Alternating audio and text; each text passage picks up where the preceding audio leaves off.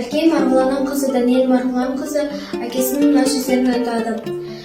Әлемде мәдениеті тамаша түсінетін екі халық бар. Оның біріншісі француздар, екіншісі қазақтар деген.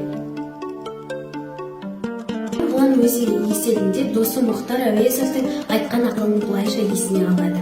1925 жылы Мұхтар маған: сен семейде қалма, менімен бірге Ленинградқа жүр. Сол арада жоғарғы білім алып, ғалым болудың жолына түс деді. Тарих ғылымдарының докторы Динала Самашев Әлкей Марғұланның мына еңбегін ерекше түртіп айтады. Орталық Қазақстан Беғазы Дәнібай мәдениетін ашып, тайға таңба басқандай етіп, бүкіл әлемге көрсетіп берген еді. Оның дәлелі Еуразия кеңістігіндегі қазақша аталатын бүкіл әлем мойнындағы жалғыз мәдениет осы Беғазы Дәнібай екен.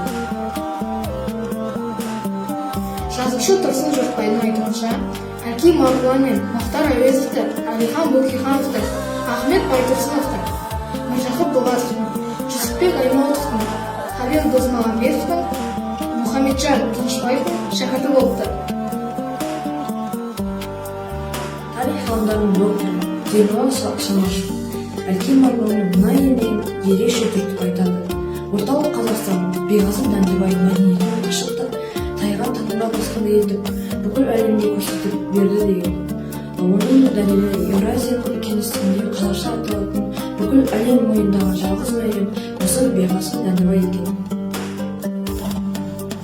Филология ғылымдарының докторы Тұрсын Жұртбай былай деген еді: егер Әлекең дүниеге келмесе, еңбектерін зерттеп жазбаса, әдебиетіміз, тарихымыз, этнографиямыз, археология ойсырап тұрар еді. Әлекең дала данышпаны деп айтқан. Тарих ғылымдарының докторы Мұхин Шалекенов Әлкей Марғұланның ата-анасы өз заманында сай білімді болғанын айтады. Оның әкесі де, анасы да осал болғанға ұқсайды. Олар өз уақытына сай білімді, шығыстың мәдениетімен таныс адамдар болған. Әкесі мен анасының баласының оқуына, рухани дамуына жәрдемдескені туралы жазылған. 1920 жылы Ленинградқа барып өмір емес еді. Әлкей Марғұланның ғылымға деген құлшынысы оның тегінде бар дейді ғалым сұхбаттарының бірінде.